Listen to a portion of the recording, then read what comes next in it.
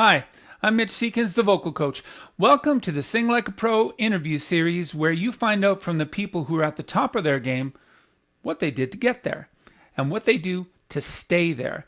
This and the next upcoming interview is especially important for you to have a listen to, as it might be the difference between a highly successful music career and one that's just okay. One of the biggest lessons to learn as an artist, vocalist, is that you can't do this alone. Behind the scenes of every successful artist is a team. People who help create and develop a career with you are paramount to your success. A major player in that team is a producer who can help take your songs that might well be good and make them great, turning them into hits, which is key to having and sustaining a thriving, prosperous career. This episode features Gavin Brown, one of Canada's most prolific and successful music producers who works at a global scale. To date, he has produced over 40 number one hits and countless top tens. His insights and advice are backed by many years of experience, and I think you're going to want to hear them. Please listen to the end for important info if you'd like to learn more from Gavin. And if you like this, please share and hit that subscribe button. I have a lot more to come. Enjoy. Mr. Brown, how you doing? I'm well, Mr. Seekins. How are you? I'm doing just fine. It's been a long time. It's been a very long time since I've seen you face to face anyway, you know. Yeah. So. There's reasons for that, unfortunately. Yeah, I know. But but you're in my life regularly. You're come up in my calendar, vocal lesson with Mitch. Yeah. A bunch of different artists I work with. You've worked with like some crazy people, Bare Naked Ladies, Tragically Hip, Billy Talent, Metric, New Kids on the Block. I didn't know you did some stuff with New Kids on the Block. Yep. That's cool. And even you did something with Lady Gaga a long time. I know all this stuff I found on the internet, you know. The internet. Yeah. And I mean, of course, 3 Days Grace, which is, you know, how I was introduced to them. And I think the internet, I think that was like as of 2015. So there's even more stuff since then, you know? Yeah, I think there's a number of your clients, even like Ian Thornley. I worked with him. And, yeah. I know that you work regularly with Matt.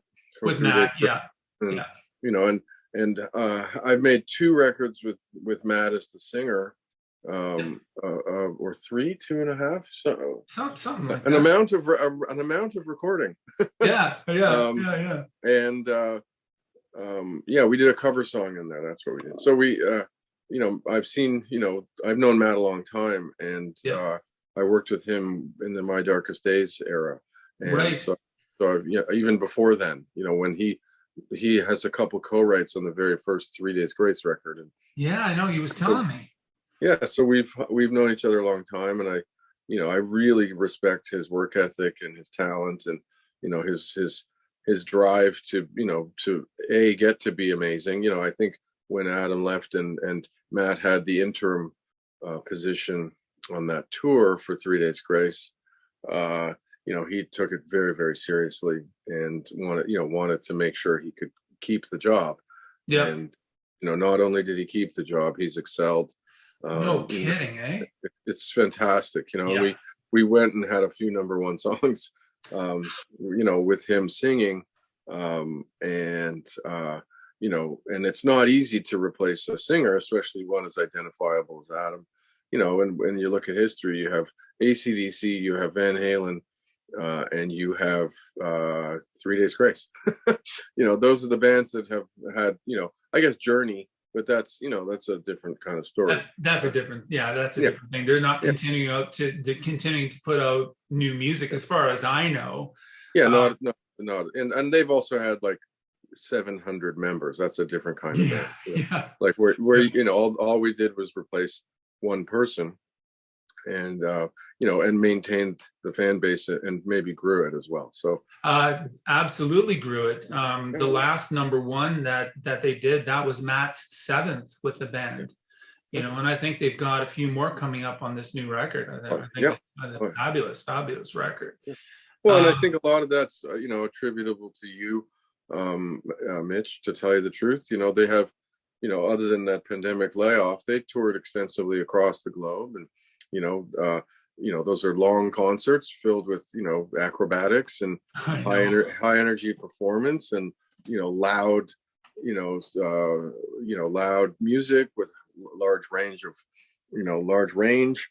And, Matt's ability to, I remember touring with them a bunch off and on, and him like, I thought, I'd come backstage after the show and go, Matt, you nailed it. He goes, well, yeah, but in the third song, I missed this note. And then the fifth song, that, that attention to detail was just fantastic. And, and his ability to, like I said earlier, to have, this is a marathon, the music business. It's not a sprint. And so, like you said, it's 7 number ones, and it feels like yesterday he just joined. I know. I was looking at my books, and I think you introduced me to him in 2014, and we've never stopped working. We keep in between tours. Yeah. We continue to work. Yeah. And good for him to do that, absolutely. There's the music business is, I try to draw a parallel to professional sports because, there's nothing else that requires the amount of skill, talent, luck, and a small pool of folks who actually survive. And then you look at the folks who are at the top. Michael Jordan always had a coach. Tiger Woods always goes back to the range after every. The folks at the top work hard to stay there, and Matt's a great example of someone who didn't just like, oh, I'm going to learn some stuff from Mitch and then go on to 7 number ones. You've been integral in creating that long-term career. So, maintaining it. And they're on tour right now.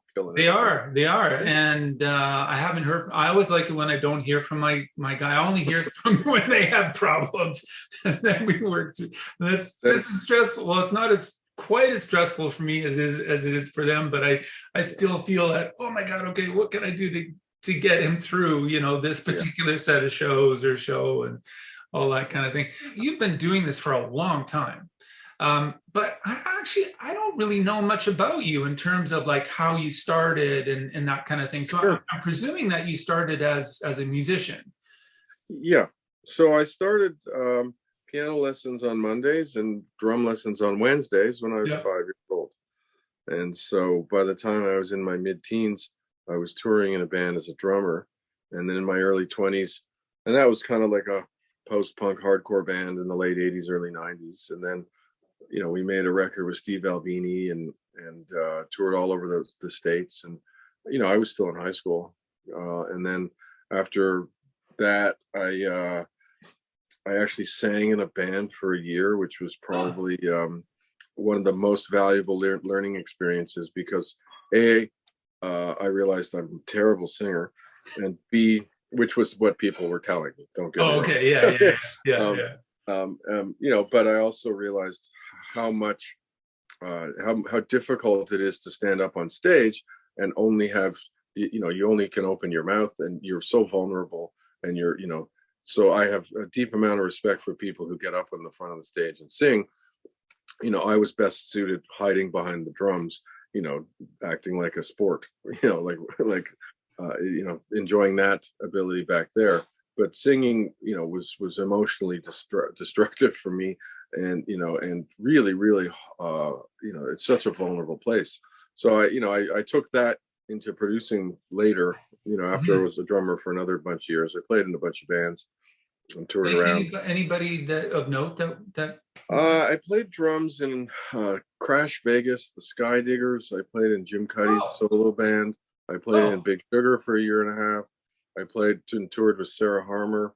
And then I joined a band called Danko Jones, they had been opening up for Big Sugar on the last tour that I was on. And then after I left them, Big Sugar, I joined Danko Jones for 8 months. And then that was when my producing thing started, because we went into the studio pretty much right away. And I was the only guy in the room who'd had any studio experience. I'd played drums on a ton of records between the age of 15 and 25. So right. I think I was 26 at the time. And, so I produced this song called Bounce, which is still their, a big radio song. We had a #1 song in Canada. Yeah. And in doing that, I realized how much I loved being in the studio and not just getting in a van or a bus and traveling for 8 hours. 8 hours to unload and set up and play, to tear down. Yeah. Oh my God. So the multifaceted nature of producing, where, it was songwriting, it was arrangement, it was engineering, it was, equipment. And then there's the political stuff, like the budgets and the managers and the labels. And then there's the psychological stuff of dealing with crazy people on all fronts. And I really enjoyed digging into that. I didn't know that you did this Guy Diggers gig. I played on one of the records and toured with them for a year, and played with a bunch of guys. I played with Hayden. I played with Chris Brown and Kate Fenner, who for the Bourbon Tabernacles. I did with Big Sugar. We did a lot of touring with Government Mule, and we did a lot of jamming with those guys, and they were in the Allman Brothers, the two of them. I was a drummer. I did a lot of drummy stuff, and I played on Jim Cuddy's solo record. I think I was 22 at the time. I was lucky to be a professional at a young age as a drummer, and I was lucky to realize that after 10 or more years of touring, that wasn't for me. So I mean, and like you said, it just seemed to be a natural progression to move into the producing side of things, because you had the studio experience and you enjoyed it. I mean, that's the major loved it thing. And I still do.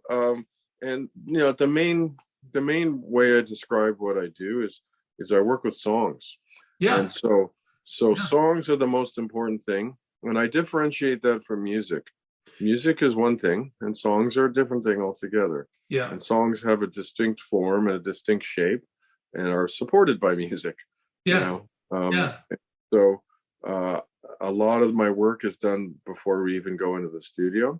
A lot of my work is done, I wouldn't even call it pre-production. It's just working on the songs, and then also, getting an idea together as to what we're trying to achieve, really making an agreement amongst all the participants as to, because not everybody wants to play at the Air Canada Centre. I like people who do. Of course. But not everybody's willing to do, the amount of personal work and the amount of effort and the amount of, psychological work that it takes to do that, and because it's really, really hard to be up there. I know. That's a major point that I'm trying to, because I've done a whole series of these so far, and I've got a lot more to do, and it's trying to educate young singers coming up that the psychological end of things particularly is that requires a lot of work, and it's not just something that just kind of happened. And it has, I find that there's it happened to me. It seems to happen to everybody, where there's like kind of a bursting of the adolescent bubble, where you think you're the center of the universe, and you think that it's my music, and it's like, well, no, it's not. It's the audience's music. I didn't invent A minor. Did you?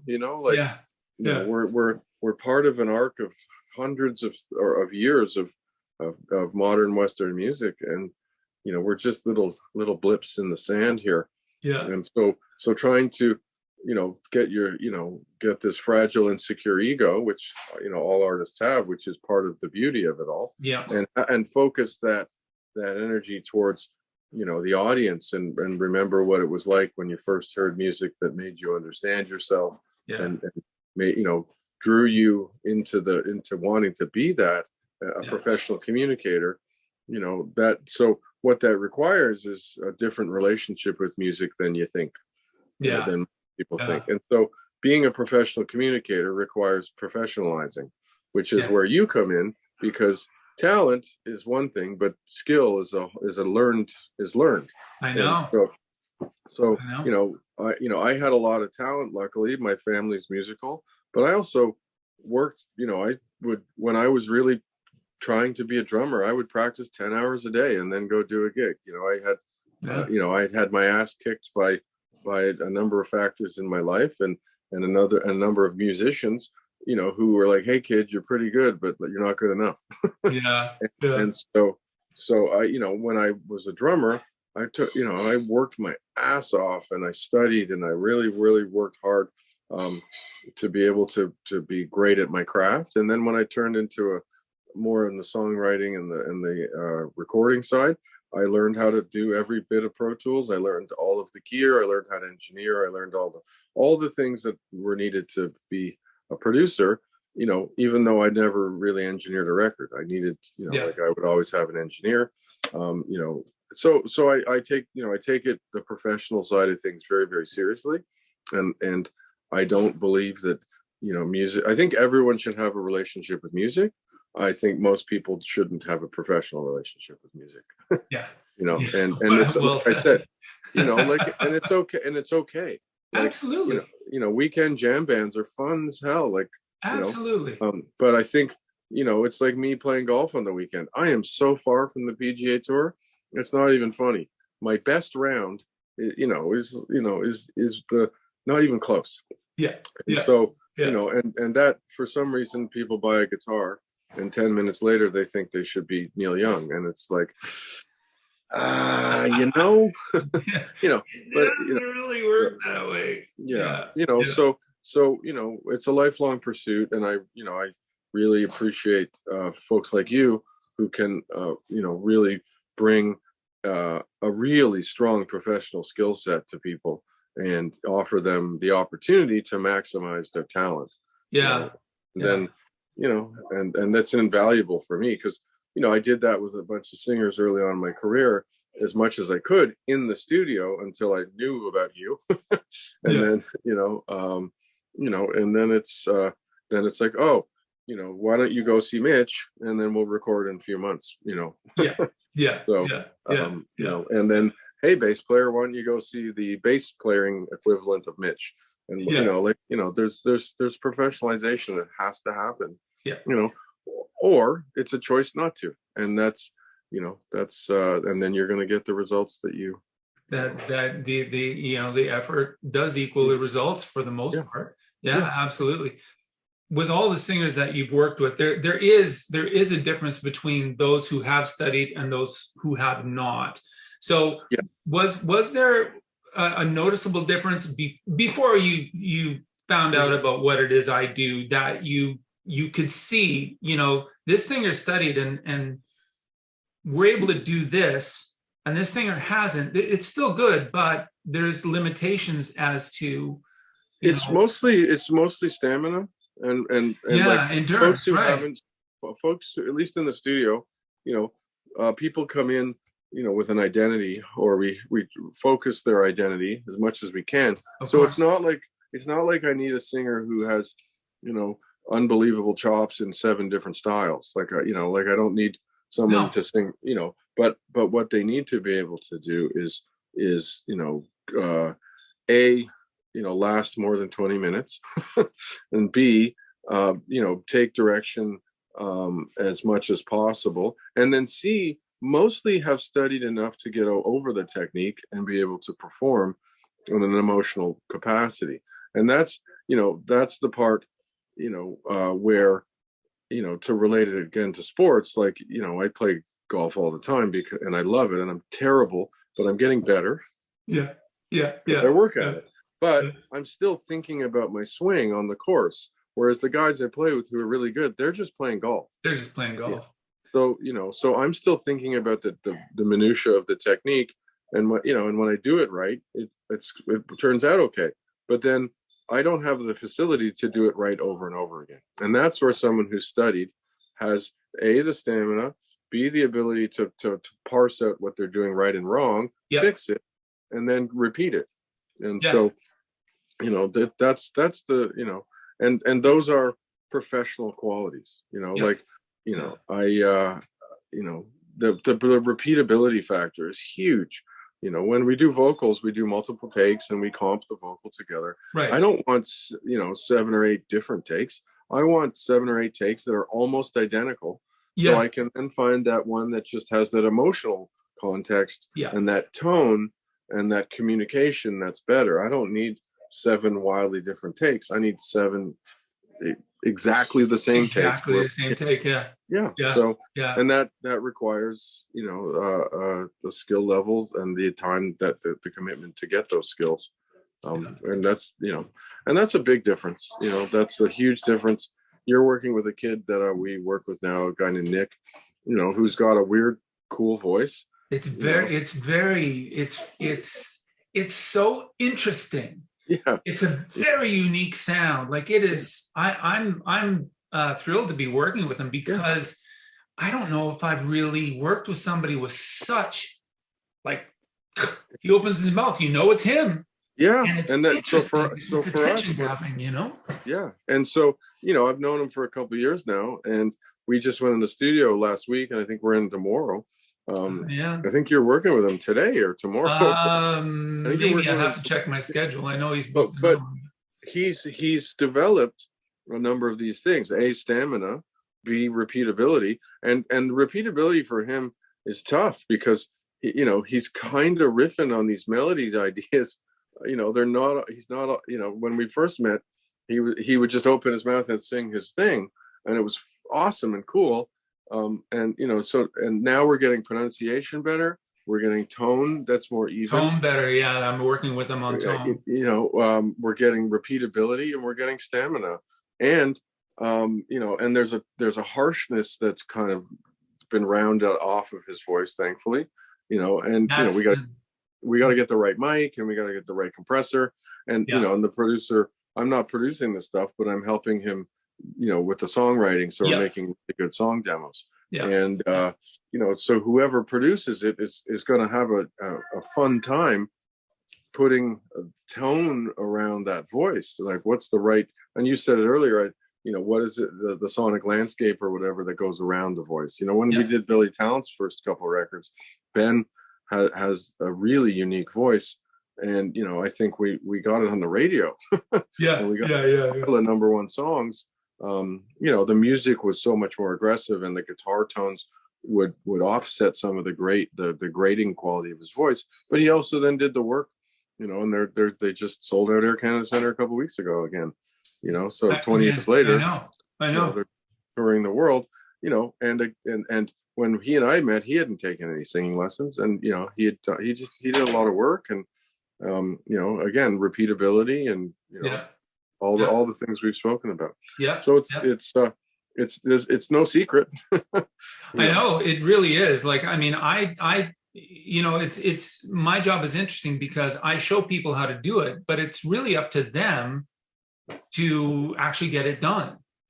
And it's nice to be at the level where I'm getting referrals from from you and from people who are at that professional level who are committed to doing the work, because it takes work, and it takes time, and it takes time. You got to be patient with it. I had a drum teacher in my early 20s, a guy named Jim Blackley, who's a legendary drum teacher in Toronto, and he'd say in his Scottish accent, "I won't be on the bandstand with you tonight, son." You got to do the work, and he got to do the work. When I'd see him once a month, and the minute I sat down, he would know by my body posture if I'd been practicing. He'd know by the there's no fooling anybody. I know. So, I know. Because you just end up shooting yourself in the foot if you don't. I also find it's important to put a perspective for folks that whatever you're doing, someone else is doing more.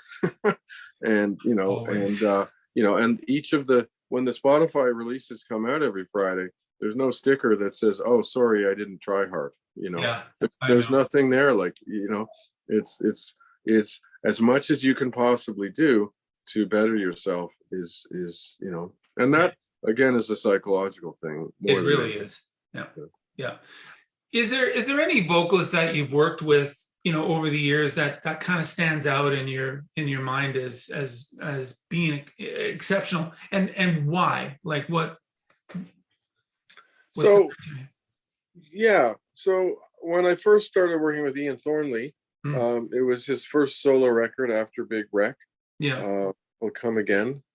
And we wrote a bunch of songs and did a bunch of demos. And, he has that extraordinary ability of being able to do a lot of things. And so we narrowed it down to like, we're going to do, like an active rock, the Edge 102 kind of rock record. And that was the kind of stuff that I was doing. And he was signed to Chad from Nickelback. And, and he's an unbelievable guitar player.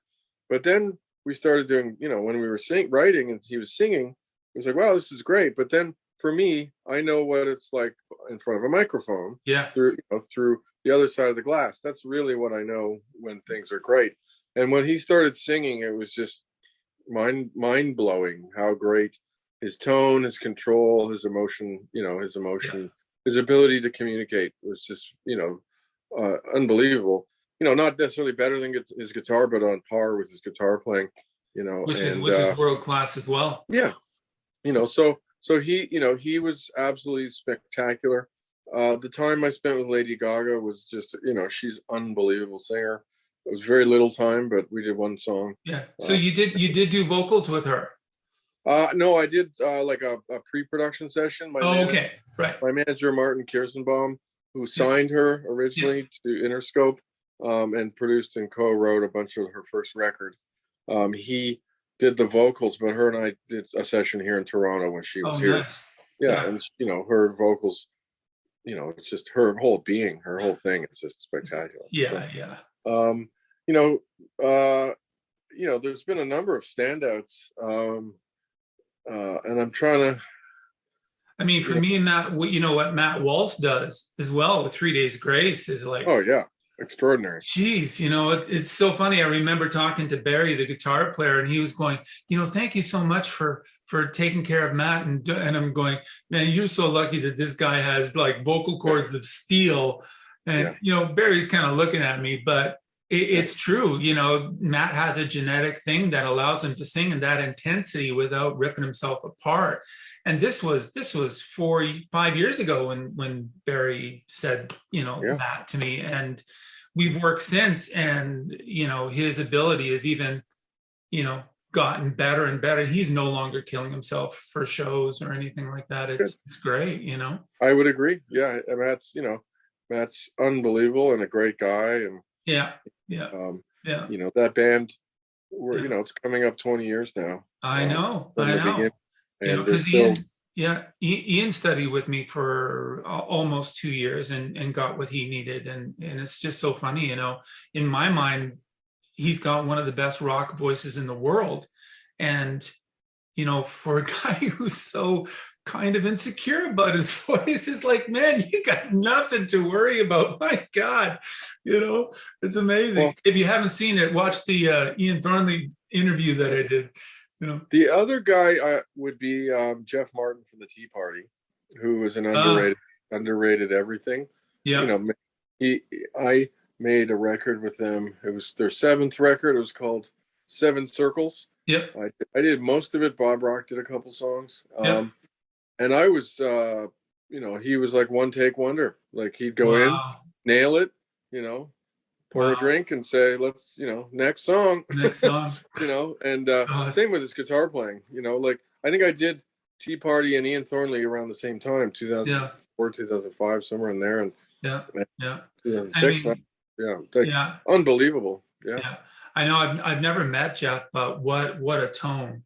Oh yeah. The sound of his voices. And the ability to know who he is, and what, he's got a whole thing that he does, and like it or not, it's what he does, and he does it very, very well. Yeah. Sarah Harmer, I did a bunch of work with her over the years. Her voice, I think not very studied, but, natural talent and unique melodic sense.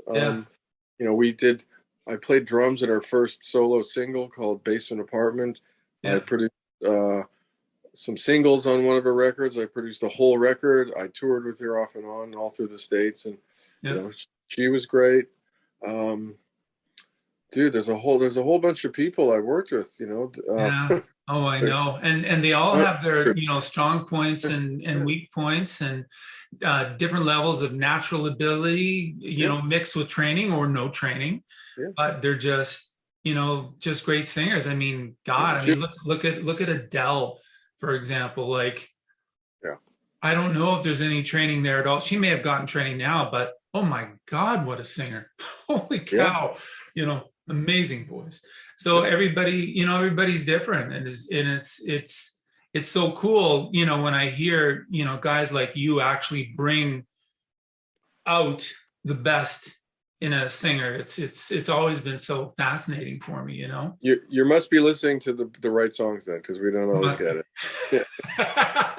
Do you have any advice? I mean, all this is advice for singers, but do you have anything specific for vocalists heading into the studio? Like, yeah, there's a bunch of things that are key. The key. Yeah. Make sure Yes. you know what your range is, and Yes. tempo is huge for me. I find, when people are writing, 99% of the time you write too slow.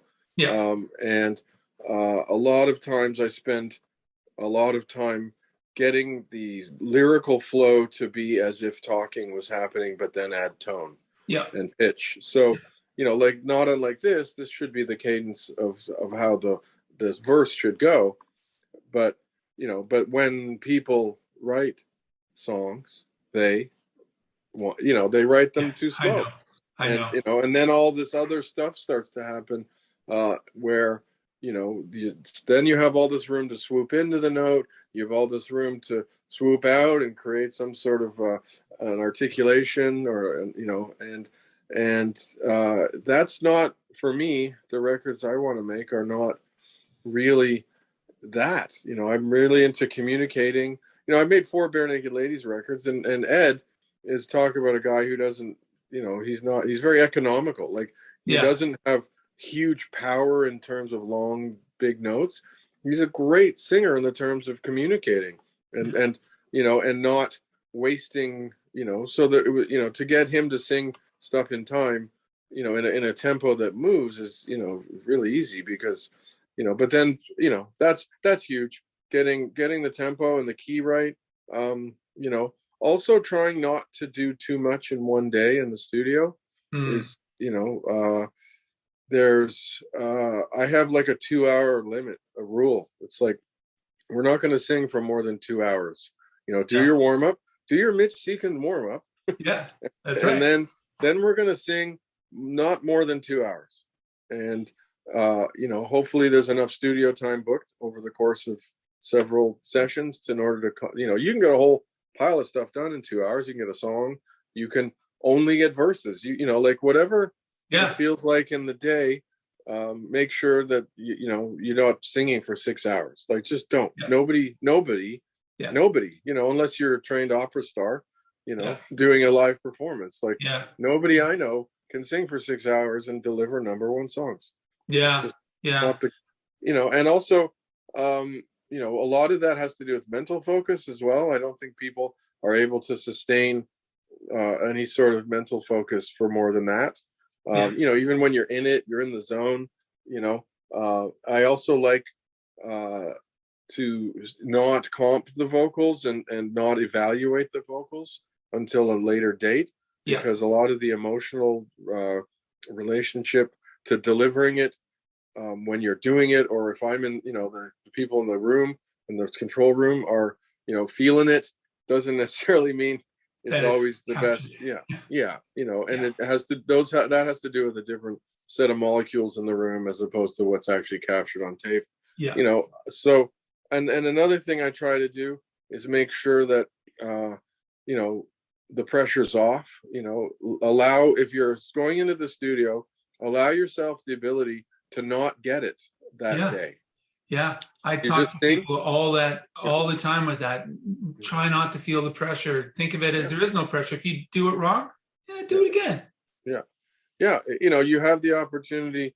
You make sure you have the opportunity to, especially when you're young and new, and and that's the first 5 years. Like, new doesn't mean 5 months. It's like, no, I know. The first 10 years of your career, make sure that you have extra time, because it's hard to verbalize and have someone totally understand what we're saying Yeah. take it from a bunch of dudes who've done it For a long it's like, time. yeah, like, you know, just sing, just whatever Yeah. you're going to get that day, Yeah. it's what you're going to get. And Yeah. it might take 10 more times to get it, but, Yeah. and that's okay. You're not a lesser human being.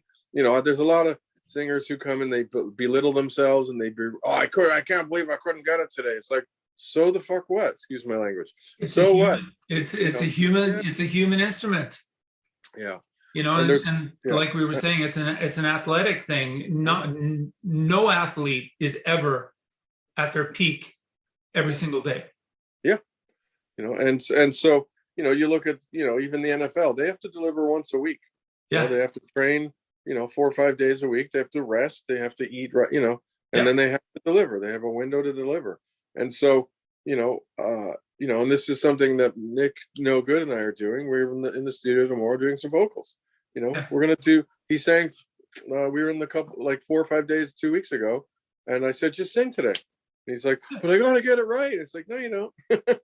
You know, and whatever we wind up tomorrow might not be on the record either. So let's just, you know, bring it down a notch. Yeah. You know, and there's a number of factors why. You know, moisture, diet, sleep, season change. Yeah. All the humidity levels. Yeah. Absolutely. Yeah. And being on tour, I remember being in bands, you know, touring, you know, across Saskatchewan in February, and every single singer lost their voice. Yeah. You know, because they didn't prepare properly. And it's like, you know, on a Tuesday night in Regina, well, it's going to be a lot of guitar solos tonight, folks. I know. Like, I have everybody out with, you know, zinc and vitamin C for immune boosting when they start to feel something, and humidifiers. I'm always harping on humidifiers. Get your humidifiers going. Like, you got to keep that moisture going, you know? Yeah. It's the real deal. So it is. Yeah. So that would be my main thing.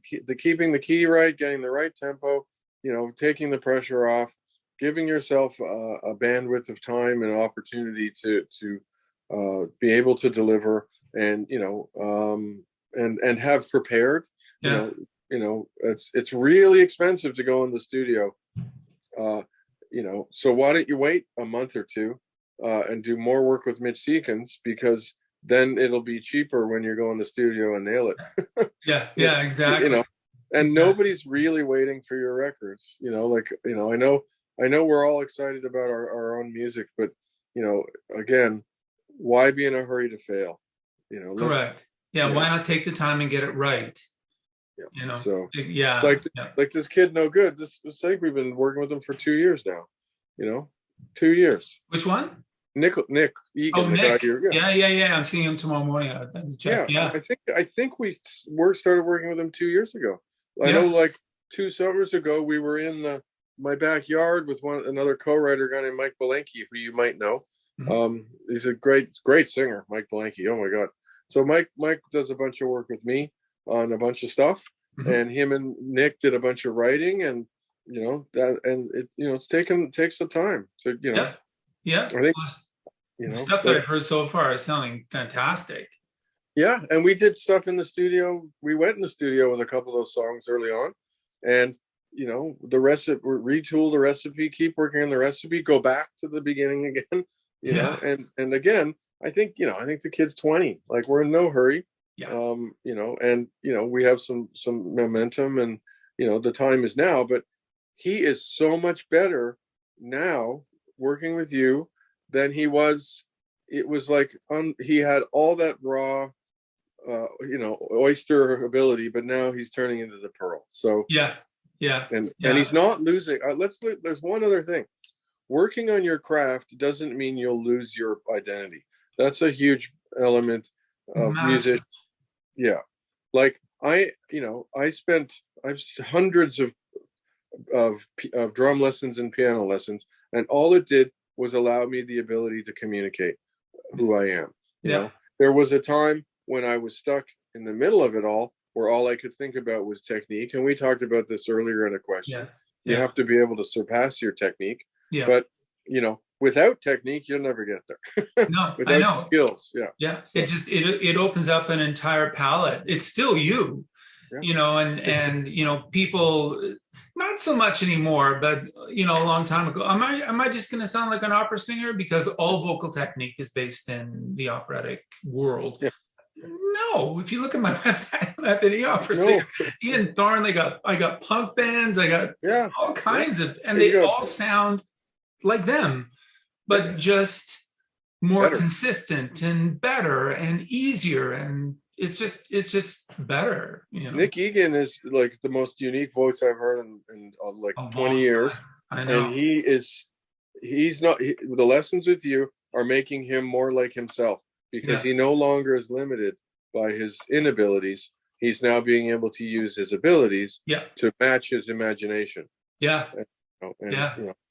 a beautiful thing about art, and limitations of things create the opportunity for art. But I also it's also that happens a few times. What do you want to do the rest of your career? I know. So this is a question for the tech guys that might be watching this. Sure. Is there like a favorite microphone that you found that you can use with a multitude of different voices and styles? Because I mean, every voice is different, every microphone is different, but is there kind of a generic one that? There's probably 3 or 4 that would work. If you're going to do a rock band, you're probably going to want to do like an SM7, or you're going to want to do a U47. Yeah. Those are the 2 kind of very different style of microphone, but those you're going to be able to put your vocal in and around in the middle of the mix, and have guitars and drums and cymbals and keys or whatever it is raging, and that vocal will still hold in the center. In the center. The Sony C800 is an unbelievable microphone if you have $15,000 to blow. And that's probably most of the pop records you hear are that, and it's unbelievable. And for example, Nick, we've been using it with Nick, and it's been softening some of his roughness, but not covering up anything. I used an Elam 251 for a long time, which is another, I think they're $10,000 to $40,000 depending on what vintage you get. And unbelievable microphone. Like if you want all the detail, it's kind of like a Ferrari. Like if you really want that, that detail and that clarity. Not like a C12, which will have too much top end, in my opinion. It's more like it's just so clear. It's probably my favorite microphone, the Elam 251. Those would be the mics I would choose. That I've probably spent the most time recording. There's always something fun with an like a 57 handheld, for a vibe. But I've also used C37. I used on Emily from Metric a little bit, which is the precursor to the C800, the Sony C800. And then that's probably it. I've just used a handful of mics that. And they're all unfortunately really expensive, except for the SM7. And I've used some of the knockoffs and of those. But I've only rarely ever used them because I thankfully, go to studios or have owned the real thing, and there's really no replacement. And of course, a great preamp is important. I have a pair of GML pre's that I use. I love the Neve Portico pre's. A 1073 Neve, can't go wrong. Any of those things. The Rupert Neve stuff is great. The Air Neve stuff too. I've very rarely used an SSL preamp on a vocal, or very rarely used an API. I use GML or Neve, or Rupert Neve, and then a compressor. I owned S1176 Blue Stripes for a long time. I would track with them and mix with them, but those are really aggressive. And I don't really make too many aggressive records anymore. So I have a newer version. I have what I call the New Stripe, which is the UA It's a black face with a blue stripe, and it kind of combines the best stuff of the black face 1176 with the blue stripe. And it's a little cleaner and a hell of a lot less expensive. But I also, distressors, we've used a lot of distressors to tape, like a U47 through a Neve with a distressor, and you're going to have, if it's not, it's not, if it sounds bad, you did something wrong. Yeah. Like something's bad with the singer. So, there's other ways to swing the cat. I know budgets are very, very conscious these days, especially, the laptop generation. People want their portable, and a lot of times they're not using any, they're using digital pre's, or they're using pretty cheap microphones. And unfortunately, it sounds cheap, in my opinion. It can, but also sometimes it's funny because it might sound cheap, but it also might sound like what's happening in the world, and that's an important thing too, because culture has a lot to do with technology, and culture are very interlinked in music. As drum machines came up, the sound of the music would change, as different synthesizers and MIDI and different, even the distortion in a guitar amp, like the story of the guy breaking the cone of his speaker and his amp and creating distortion. Once that started, anyway, these technologies have a sound in a time frame. And so kind of shitty vocals with a lot of post-production and a lot of reverb and, a lot of fucking with little altar boy and formant and a bunch of plugins. That's a sonic, thing now that's happening. Like auto-tune was we auto-tune everything. I know. We melodyne everything. You have to, because otherwise it sounds like old people's music because it's out of tune. I know. It's I just watched Coachella. I had 2 students playing Coachella this year. Who played? Ali Gotti. Great. Ali's great. Ali's fantastic. It was his 10th. The first show was his 10th performance ever. He did a couple of years ago. He did a couple nights at the Danforth Music Hall. I know. Sold them out in like 8 seconds. People, but that was him. I know, but that was his like 3rd and 4th performance ever. Unbelievable. I know. And Pup. Pup's great. Pup's fantastic. Talk about pros. Like, oh my God. Amazing. Fun guys. You have a great roster, Mitch. You should be very proud. I've been very lucky. I really enjoy working with all the people that I do. So thank you so much for doing this, man. I really appreciate it. Really appreciate it. And I think there's tons of information in there for, people to dig in that actually want to know this stuff, because it is important if you really want to develop a career. This stuff's important, Well, the other thing is this stuff, is a culmination of decades of other people's knowledge that I've assimilated. That's correct. I got really lucky to be in the room with some heavy folks at a young age, and I sucked it all up and sponged it all in, and made it make sense for what I was doing. And there's a whole pile of online tutorials, and there's a whole pile of schools you can go to, but at the same time, it's an oral tradition. It's it's how do you learn how to make a number one song? You try to hang out with people who have number one songs. That's right. That's right. And I got to do that. And so, and by doing that and being lucky enough to be in the room and having some great mentors, allowed me to accumulate this knowledge. One of the other things is, if you want, Mitch, and if you have anyone approach you who wants further information, please, contact me. And I'm more than happy to spend time, That's awesome. I love, that's awesome, man. A 5-minute phone call, is no problem. I love talking about this stuff. And, people are, people who are thirsty for this information, I'm interested in talking to them about it. Yeah, exactly. Thank you so much. Thanks, Mitch. All right. Yeah, buddy. Bye-bye. Bye. There you go. If you'd like to chat further with Gavin, email me through the contact page on my website, as I don't want to publicly publish his email. There is a link for that in the description, and I'll send you his address so you can arrange a convenient time. And I promise I won't save your email or contact you for anything else. I don't work that way.